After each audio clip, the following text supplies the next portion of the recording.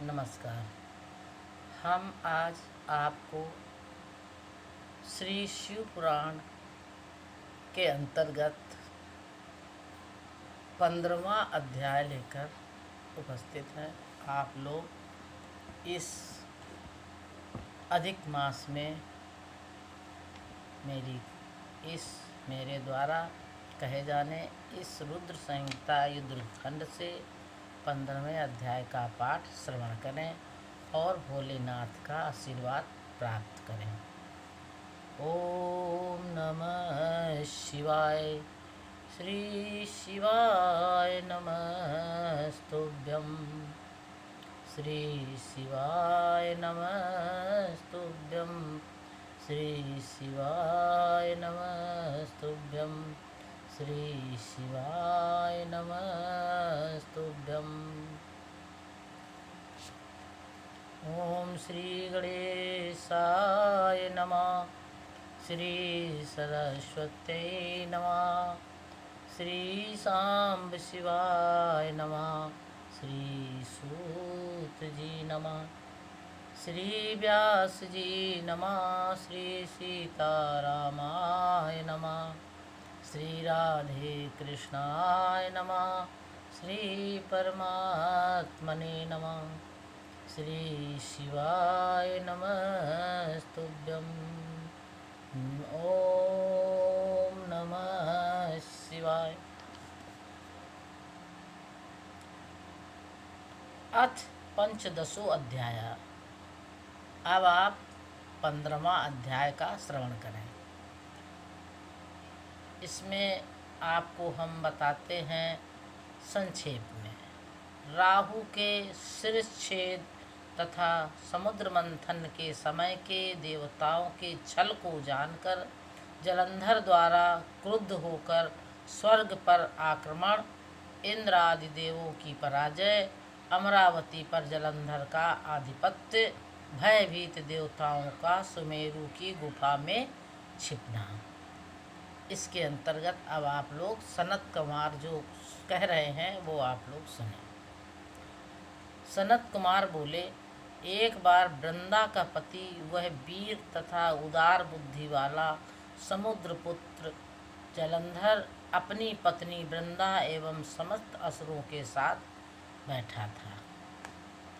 उसी समय अत्यंत प्रसन्न महातेजस्वी मूर्त स्वरूप तेज पुंज के समान भासित होते हुए शुक्राचार्य 10 दिशाओं को प्रकाशित करते हुए वहां आए। उन गुरु को आते हुए देखकर प्रसन्न मन वाले उन सभी असुरों तथा जलंधर ने भी शीघ्र आदरपूर्वक उन्हें प्रणाम किया। तब तेजो निधि भार्गव उन्हें आशीर्वाद देकर रम्य आसन पर बैठ गए और वे असुरगण भी पूर्वत बैठ गए।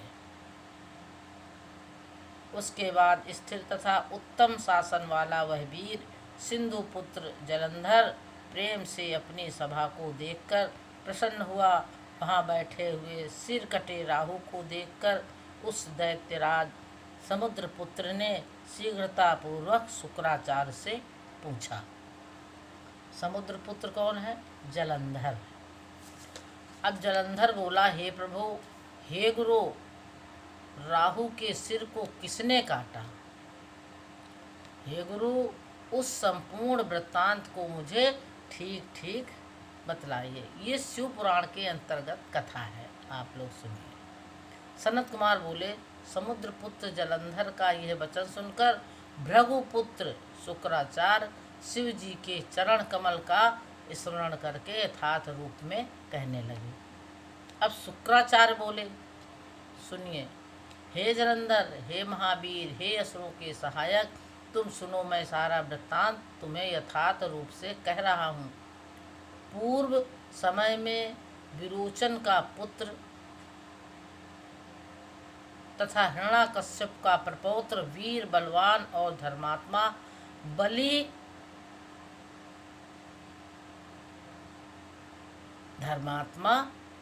बलि नामक एक दैत्य हुआ था। उससे पराजित हुए इंद्र सहित सभी देवता जो स्वार्थ साधन में अत्यंत निपुण थे विष्णु की शरण में गए और उन्होंने अपना संपूर्ण वृत्तांत उनसे कहा। हे तात, तब छल कर्म में निपुण उन देवताओं ने उन विष्णु की आज्ञा से अपने कार्य की सिद्धि हेतु असुरों के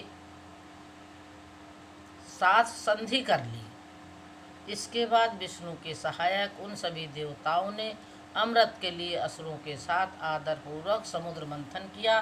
तत्पश्चात दैत्य शत्रु देवताओं के समुद्र मंथन से उत्पन्न हुए रत्न स्वयं हरण कर लिए और यत्नपूर्वक छल से अमृत ग्रहण कर लिया तथा उसका पान भी किया।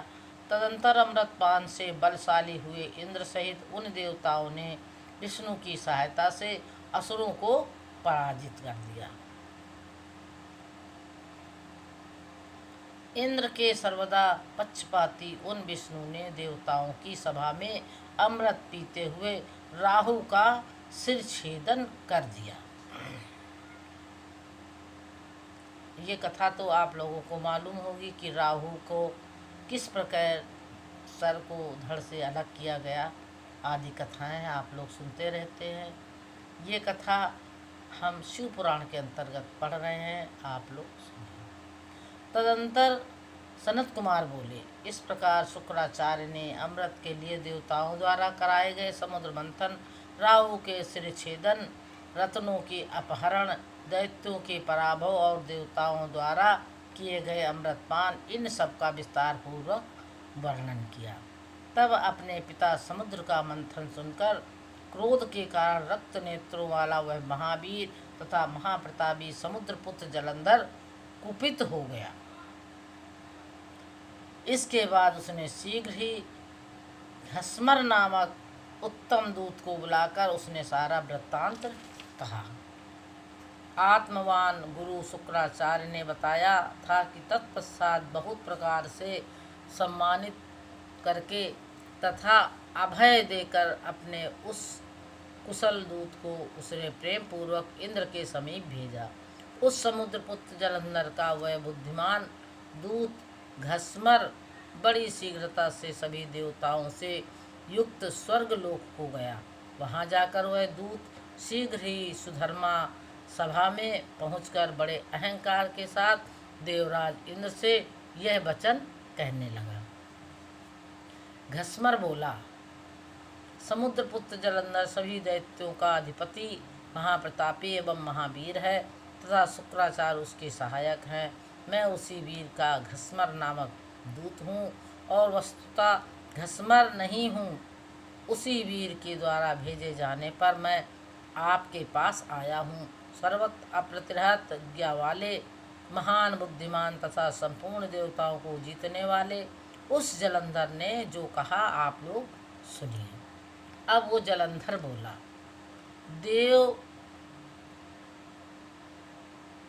हे देवाधम, तुमने किस कारण से पर्वत के द्वारा मेरे पिता समुद्र का मंथन किया और मेरे पिता के सारे रत्नों का अपहरण किया? तुमने यह उचित नहीं किया। उन रत्नों की अभी शीघ्र ही लौटा दो। जलंधर का अधिकार था क्योंकि समुद्र उसके पिता थे। और विचार करके देवताओं सहित मेरी शरण में आ जाओ, अन्यथा मैं सुराधम तुम्हारे समक्ष बहुत बड़ा भय उपस्थित होगा तथा तुम्हारा राज्य नष्ट भ्रष्ट हो जाएगा। मैं यह सत्य कह रहा हूँ। फिर सनत कुमार बोले, दूत की यह बात सुनकर देवराज इंद्र विस्मित हो गए और वे भय तथा रोष से युक्त हो गए। पूर्व वृत्तांत को याद करते हुए कहने लगे, हे दूत, मेरे भय से भागे हुए पर्वतों को तथा अन्य मेरे दानव शत्रुओं को पूर्व काल में उस समुद्र ने शरण दी थी, इसलिए मैंने उसके सारे रत्नों का अपहरण कर लिया है। मेरा द्रोही सुख से नहीं रह सकता है। मैं ये सत्य कह रहा हूँ। पहले भी इसी सागर के शंख नामक मूर्ख पुत्र ने मुझसे विरोध किया था, इसलिए साधुओं ने उसे अपने साथ नहीं रखा। वह साधुओं का हिंसक और बड़ा पापी था। वह समुद्र में छिपा रहता था और मेरे छोटे भाई विष्णु ने उसका संहार कर दिया। अतः हे दूत, तुम शीघ्र जाओ और उस समुद्र से पुत्र से सागर मंथन का समस्त कारण ठीक ठीक कह दो। सनत कुमार बोले, इस प्रकार इंद्र के द्वारा विसर्जित किया गया वह महाबुद्धिमान दूत शीघ्र ही वहाँ पहुँचा। वहाँ वीर जलंधर था। उस बुद्धिमान दूत ने इंद्र द्वारा कही गई सभी बातों को दैत्यराज जलंधर से कह दिया।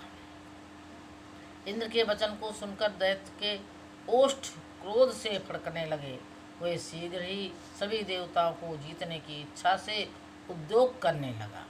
वह दैत्येंद्र के उद्योग करते ही सभी दिशाओं से तथा पाताल से करोड़ों करोड़ दैत्य आकर उपस्थित हो गए।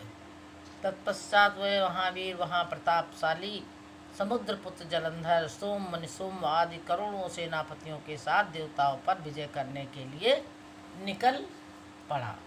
इस प्रकार अपनी संपूर्ण सेनाओं के साथ लेकर वह जलंधर शीघ्र ही स्वर्ग में पहुंच गया। उसने शंख बजाया तथा सभी वीर चारों ओर से गरजने लगे। इंद्रलोक पहुंचकर उस दैत्य ने संपूर्ण सेना के साथ सिंहनाद करते हुए नंदन वन में डेरा डाल दिया। नगर को चारों ओर से घेर कर स्थित उसकी बड़ी सेना को देखकर देवता कवच धारण कर युद्ध के लिए अमरापुरी निकल पड़े। इसके बाद देवों और दैत्यों की सेनाओं के बीच मूसल, परेड, बाण, गदा, परश एवं शक्तियों से युद्ध होने लगा। वे एक दूसरे की ओर दौड़ने लगे, दूसरे पर प्रहार करने लगे। थोड़ी ही देर में दोनों सेनाएं रुधिर से लथपथ हो गईं। हाथी, घोड़े, रथ तथा पैदल सेनाओं के गिरते तथा गिरने से भारी रणभूमि संध्याकालीन बादलों के समान प्रतीत होने लगी।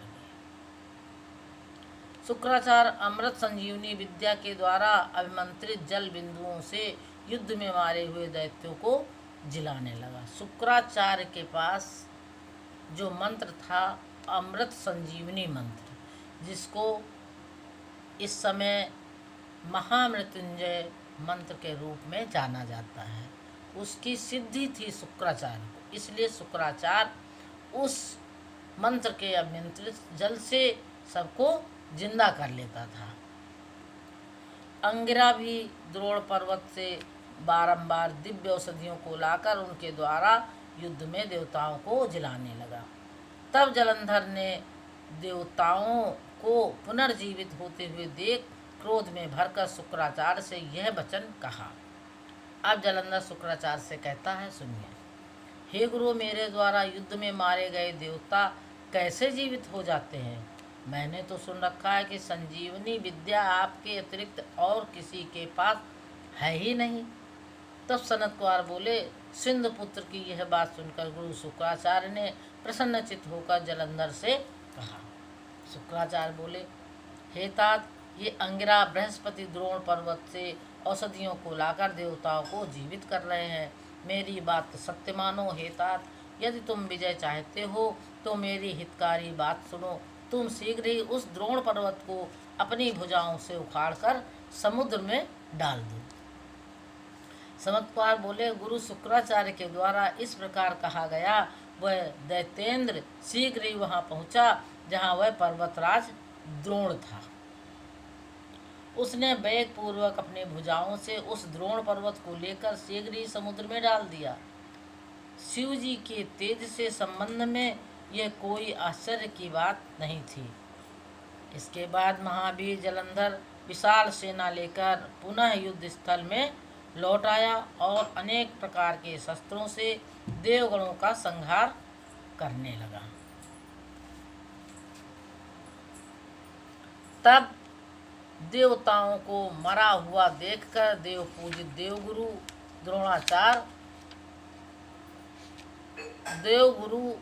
द्रोण पर्वत पर गए, परंतु उन्होंने उस पर्वतराज को वहां नहीं देखा। दैत्य के द्वारा पर्वत को अपहृत जानकर देवगुरु भय से विमल हो उठे और आकर के व्याकुल चित होकर देवताओं से कहने लगे। गुरु बोले, हे देवताओं, तुम लोग भाग जाओ। महापर्वत द्रोण अब नहीं है। निश्चय ही समुद्रपुत्र जलंधर ने उसे ध्वस्त कर दिया है। सभी देवताओं का मर्दन करने वाला यह महादैत्य जलंधर जीता नहीं जा सकता है, क्योंकि यह रुद्र के अंश से उत्पन्न है। अगले अध्याय में हमने आप लोगों को बताया है कि ये भोलेनाथ के ही अंश है, क्योंकि ये रुद्र के अंश से उत्पन्न है। हे देवताओं, ये इस प्रकार उत्पन्न हुआ है तथा जैसा इसका प्रभाव है उसे मैं जानता हूँ। शिव जी का अपमान करने वाले इंद्र की संपूर्ण चेष्टा को आप लोग स्मरण कीजिए। सनत कुमार बोले, देवताओं के आचार्य बृहस्पति के द्वारा कहे गए उस वचन को सुनकर भय से व्याकुल हुए उन देवगणों ने विजय की आशा त्याग दी और उस दैत्य के द्वारा चारों ओर से मारे गए हुए इंद्र सहित सभी देवता धैर्य त्याग कर दसों दिशाओं में भाग गए। तब देवगणों को पलायित देखकर सागर पुत्र दैत्य जलंधर ने शंख, भेरी तथा जय ध्वनि के साथ अमरावती पुरी में प्रवेश किया। तब उस दैत्य के नगरी में प्रविष्ट होने पर इंद्र आदि देवता उस दैत्य से पीड़ित होकर सुमेरु पर्वत की गुफा में छिप गए। हे मुने, तब वह अमर असुर इंद्रादिकों के सभी अधिकारों पर श्रेष्ठ सुम आदि दैत्यों को भली भांत पृथक पृथक नियुक्त कर स्वयं देवताओं को खोजते हुए मेरे पर्वत की गुफा में जा पहुंचा। बोलो शंकर भगवान की जय। इस प्रकार शिव महापुराण के अंतर्गत द्वितीय रुद्र संहिता के पंचम युद्ध खंड में जलंधर अधोपाख्यान में देव जलंधर युद्ध वर्णन नामक 15वां अध्याय पूर्ण हुआ। बोलो शंकर भगवान की जय। अगले अध्याय में क्या है मैं आपको अगले अध्याय में सुनाऊंगी। आज की कथा का विराम यहीं पर है। श्री शिवाय नमस्तुभ्यं, श्री शिवाय नमस्तुभ्यं, श्री शिवाय नमस्तुभ्यं, श्री शिवाय नमस्तुभ्यं, श्री शिवाय नमस्तुभ्यं।